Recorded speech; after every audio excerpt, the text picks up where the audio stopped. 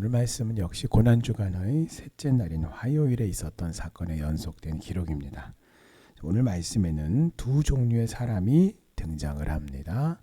하나는 서기관이고 또 다른 하나는 과부입니다. 그러니까 한 이야기를 하고 그 다음에 한 얘기를 한 그런 성격이 아니라 이 서기관과 과부를 예수님께서 지금 차이점을 부각시켜서 서로 대조시키고 있습니다. 왜냐하면 이 서기관과 과부라고 하는 사람들은 이 유대 사회 안에서 서로 완전히 색다르게 상반된 사회적인 신분과 지위를 가지고 있는 사람들이었기 때문입니다. 그래서 서기관은 어떤 사람들이냐?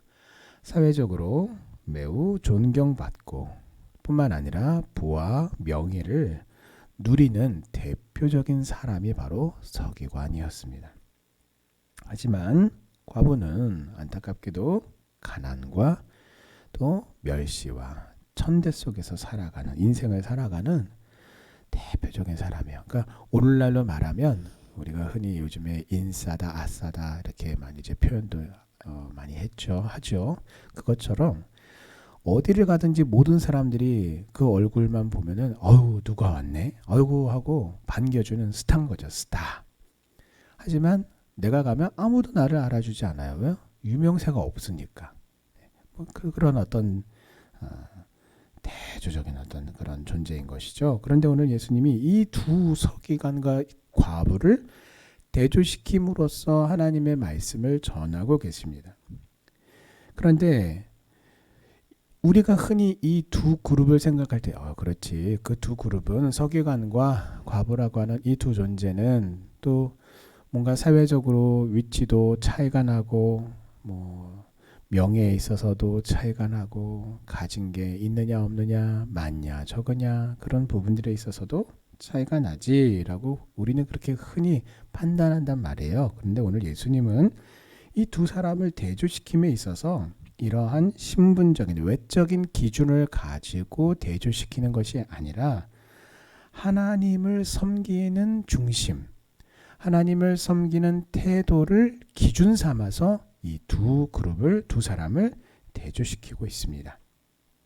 그래서 오늘의 말씀의 핵심은 세상의 모든 사람들이 다 존경하고 칭찬을 하고 알아준다고 해도 하나님 앞에서 겸손하지 않으면 절대로 하나님의 나라에 합당한 자가 아니다라는 것을 알아야 한다라는 거죠.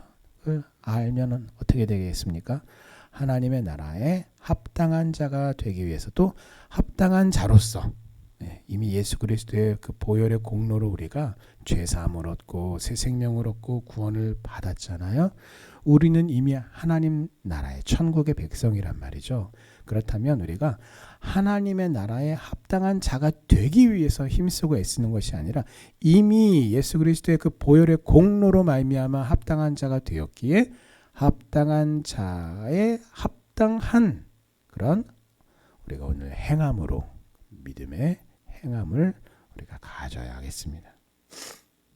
자, 오늘 38절에 보시면 긴 옷을 입고 다니는 것, 그리고 시장에서 인사받는 것, 문안받는다라는 것은 인사를 받는 거예요. 이건 뭐냐? 바로 당시 서기관들의 모습을 묘사하고 있는 것입니다. 실제로 이들이 하고 있는 그 일들을 지금 묘사하고 있죠. 자, 유대교 지도자들은 당시에 일반인들이 입던 옷보다 훨씬 더 긴 옷을 입었어요. 그리고 소매 끝에나 옷 이 끝에 마치 제사장의 복색처럼 이 술이라고 하는 이런 술을 엄청 많이 달았습니다. 왜 그러냐면 누가 봐도 한눈에 종교 지도자시네요, 이렇게 구분이 되도록 자신이 누가 봐도 당신은 종교 지도자군요 라고 알게끔 하는 것이죠. 그래서 한때 이 기독교 안에서도 개신교 안에서도 이 목사들 그 복색에 유행이 있었는데 그게 뭐냐면 로만 칼라라고 하는 거죠. 그래서 여기 이 카라가 없는, 그래서 한눈에 딱 보면 보통은 이제 그 캐톨릭 사제들이 그런 복장을 많이 이렇게 입고 다녔는데 개신교 목사들 중에서 안에서도 한때 그게 굉장히 유행했던 적이 있어요. 그래서 그걸 입으면 누가 봐도 저분이 신부인지 목사인지는 몰라도 분명히 종교인이구나. 딱 한눈에 알아볼 수 있었던 그런 복색이 있죠. 그것처럼 이 서기관들은 일부러 자기가 일반 사람들을 향해서 나는 당신들과는 좀 달리 영적인 권위가 있는 사람이지 라는 표시를 일부러 드러내고 일부러 나타내기 위해서, 그 차이점에 대해서 부각시키기 위해서 일부러 이런 옷을 입었습니다. 그래서 어디를 내가 가든지 이 옷을 입고 다니면서 나는 백성의 선도자요, 나는 백성들의 선생이다 라고 하는 것을 드러내고 티를 내서, 드러내고 티를 내서 뭐 어쩌겠다는 겁니까? 사람들에게 어디를 가든지 인사받고 아이고 선생님 존경받고 인정받기를 원했던 것이죠. 그래서 예수님은 뭐라고 말씀하시냐면 이런 식으로 이와 같이 억지와 형식으로 존경을 추구하고 얻어내려고 하는 사람들에게는 하늘에서 상급이 없다라고 이미 마태복음 6장 5절에서 말씀하셨습니다. 그래서 여러분 이 시대도 마찬가지지만 옷이라고 하는 것은 그 사람의 사회적인 신분과 지위를 나타내는 아주 중요한 매개체예요. 그래서 우리가 흔히 제복 혹은 단체복이라고 하는 그런 옷들을 보면 이 사람은 어떤 사람이다, 이 사람은 뭘 하는 사람이다라는 것이 아주 확연하게 구분이 되고 드러나게 되죠. 자, 어떤 예를 들어서 소방대원, 경찰관 이런 공무직에 있는 분들은 다 제복을 입어요. 그런데 이러한 공무직에 있지 않은 일반인들만 보면 어떨까요? 어떻게 뭐가 구분이 될까요? 구분이 되더라고요. 저는 구분을 잘 못하는데 그걸 잘 구분하시는 분들이 있어요. 무슨 말이냐면 어떤 사람이 짠 하고 나타났을 때 그것을 한눈에 쫙 보고서 뭐라고 얘기하냐면 머리부터 발끝까지 명품만 걸쳤네? 저는 뭐가 명품인지 잘 모르는데 그런 거 구분하시는 분들은 정말 기가 막히게 구분하시더라고요. 그게 뭡니까? 부자들은 옷을 입어도 그냥 입지 않고요. 명품을 입습니다. 하지만 중요한 것은 겉으로 명품이냐 아니냐 이걸 드러내는 게 아니에요. 중요한 것은 우리가 하나님 나라에 이미 합당한 자로서 성도로서 합당한 내 마음의 옷을 입어야 한다라는 것이 중요한 것입니다.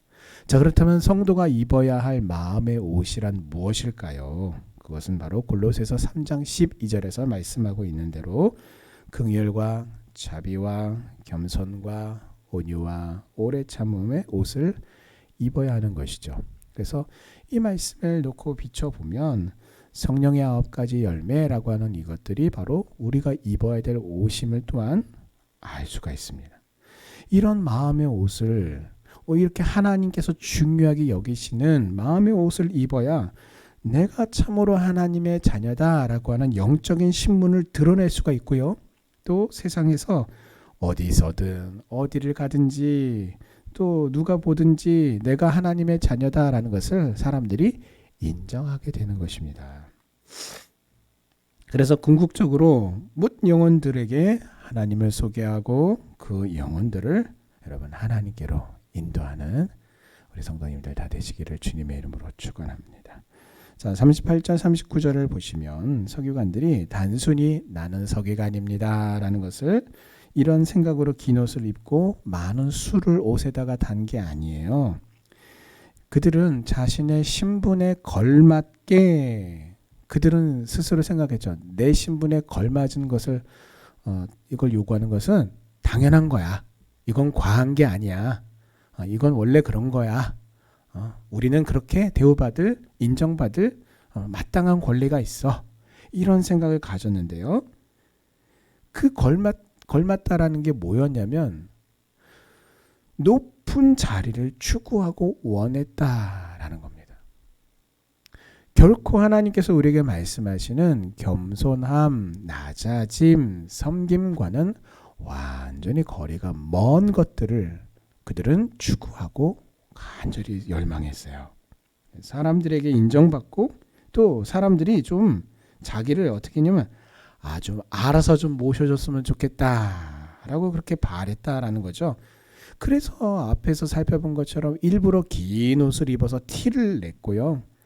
또 사람들이 많이 모이는 시장에 일부러 찾아가서 생각해 보십시오. 여러분, 정치인들이 이 선거 처리되고 표를 얻어야 되는 때가 다가오면 어떻게 됩니까? 사람들이 많이 다니는 곳에 가서 인사하지 사람들이 별로 없는 뒷골목에 가서 거기 서서 인사하지 않잖아요. 어떻게든 많은 사람들을 만나야 되기 때문에 이 오늘 서기관들도 마찬가지예요. 일부러 시장을 찾아갔어요. 왜요? 거기가 사람들이 바글바글 모이는 곳이니까 한두 사람이 인사를 시작하면은 너도 나도 같이 막 인사를 하겠죠. 회당에서도 높은 자리, 잔치집에서도 윗자리를 원했어요. 하나님을 드러내고 하나님을 나타내야 할 그 사람들이 자기를 드러내고 자기를 나타내고 자기를 높이기에 정신이 없었어요. 그래서 그들은 믿음의 백성으로서의 본질을 그 사명을 상실해 버린 자들입니다. 주 안에서 사랑하는 성도 여러분, 오늘 나는 거룩한 백성 하나님의 자녀요 이 세상의 빛과 소금으로 부름받은 성도의 본분과 본질을 잘 지키며 믿음 생활하고 있습니까? 자기의 본분을 망각했다가 변질되어 버리고 그 결과 멸망해 버린 어리석은 사람이 있는데요. 사람들이 많이 있는데요. 그 중에 대표적인 사람이 바로 사울 왕입니다. 그는 처음엔 매우 겸손한 사람이었어요. 그래서 그가 왕으로 진목당하기 이전에도 그 진목당할 쯤에도 보면 사울이 굉장히 사람이 겸손한 사람임을 알 수가 있습니다. 그러나 결국 그의 신앙은 다른 것이 아니라 그가 왕이 되고 권력을 가지고 부를 가지게 되고 힘을 가지게 되었을 때 모든 것을 자기의 마음대로 뜻대로 하게 될 수 있었을 때에 그것을 계속 당연한 것처럼 그가 누렸을 때에 그의 하나님을 향한 그 중심과 그 믿음이 마음의 옷이 완전히 달라졌어요. 자기를 드러내고 높이고자 하는 그 교만한 마음을 다스리지 못하면요, 우리 역시요 오늘 이 사울 왕처럼 변질되고 말아요. 그리고 그 변질의 끝은 하나님께 버림받는 것이에요. 멸망하는 것입니다. 그래서 오늘 예수님께서도 그런 서기관들을 삼가라라고 하신 말씀을 기억하시기 바랍니다. 그래서 단순히 우리가 그걸 보면서 꼴불견이야 라고 하는 정도가 아니에요. 그 변질, 그 부패라고 하는 것은 여러분 우리도 뭔가 뭐 이렇게 그 음식 내지는 아니면은 뭐 이렇게 뭐 감자나 열매들이나 이런 부분들을 잘 저장해 놨다고 오늘 들여다봤더니 어느 한 부분이 썩어 나가요. 그러면은 아이고 썩었네 하고 다 갖다 버리지 않잖아요. 어떻게 합니까? 완전히 다 썩었으면 버려야 되지만 어느 일부분이 썩었으면 거기를 도려내고 안 썩은 부분은 먹죠. 근데 오늘 이 서기관들의 이 변질된 것이 어떤가? 죄의 부패와 죄의 변질은 어떤 성격을 가졌는가? 그렇게 일부분만 썩게 만들지 않아요. 결국은 전체가 다 부패하게 만듭니다. 그래서 이 서기관들이 다 괜찮아, 다 좋은데 교만한 마음만 좀 어떻게 좀 개선시키고 좀 고치시면 좋을 것 같아요. 안타깝게도 그게 안 된단 말이에요. 교만한 마음만 그들에게 있는 것이 아니라 오늘 예수님의 말씀을 계속 보면 뭐라고 합니까? 그 교만한 자가 또 어떻게 해요? 탐욕스러운 자로 계속해서 그 죄가 영향력을 계속해서 넓혀간다라는 거죠. 그래서 과부의 가산을 삼키는 탐욕으로 가득 차고 또 외식으로 길게 기도하여서 하나님께 받을 판결이 더욱더 심각하고 무겁게 되는 것입니다. 자, 서기관들에 대해서 예수님이 이렇게 드러내셨어요. 그런 후에 예수님은 한 과부의 하나님을 향한 그 마음의 중심을 말씀하시면서 이 여인을, 이 과부를 오늘 저와 여러분들의 모델로 제시하고 계십니다. 이 여인은 가난했고요, 또 과부였습니다. 헌금했던 두 렙돈은 이 여인에게 있어서 전 재산이었습니다. 그래서 주님은 이 여인을 칭찬하셨어요. 그랬더니 꼭 꼬인 분들은 그래요. 에휴, 그 두 렙돈 그 얼마 안 되니까 다 냈지. 예? 예수님이 아이고 이 여인이 두 렙돈 정말 얼마 안 되는, 오늘날로 치면 정말 얼마 되지도 않는 그 정말 푼돈을 헌금으로 냈는데, 야, 전 재산을 다 낸 거야. 그러면은 그 중심에 대해서 하나님께서 귀하게 여기는 것에 대해서 우리도 관심을 가지고, 야, 저 중심을 배워야 되겠구나. 이게 당연한 것인데, 그 얼마 안 되니 그 나도 낼 수 있어요. 얼마 안 되니까. 그건 나도 할 수 있는데. 근데 문제는 뭡니까? 아이고 얼마 안 되는 돈이니까 전 재산 털어서 헌금할 수 있지라고 비판하면서 뭐라고 그렇게까지 얘기하냐면, 만약에 그 과부가 부자였으면 그렇게 못했어요. 그렇게 쉽게 전 재산을 털어서 헌금하지 못했을 거예요. 이렇게 말하기도 하죠. 그런데 이제 문제는, 이렇게 말하는 사람은 지금 예수님께서 무엇을 중요하게 여기시는가에 대한 관심이 전혀 없어요. 그리고 엉뚱한 데 관심이 가 있어요. 어디에요? 얼만큼 많은 돈을 들였는가에만 관심을 두는 어리석은 사람이라는 거예요. 아니 지금 예수님은요, 액수 가지고 말씀하시는 게 결국은 아니잖아요. 그게 아니라 하나님을 향한 그 사랑의 무게를 지금 말하는 거잖아요. 만약에 액수를 논하자면 오늘 43절에 이 가난한 과부의 헌금이 다른 모든 사람들, 지금 이 헌금함에 헌금한 다른 모든 사람들, 이 다른 모든 사람들이 누구예요? 다 부자들이란 말이에요. 이 다른 모든 부자들의 헌금을 다 모은 것보다 더 많다, 많이 했다라고 말씀하신 것은 사실 그러면 말이 안 되는 거죠. 액수를 가지고 논하자면.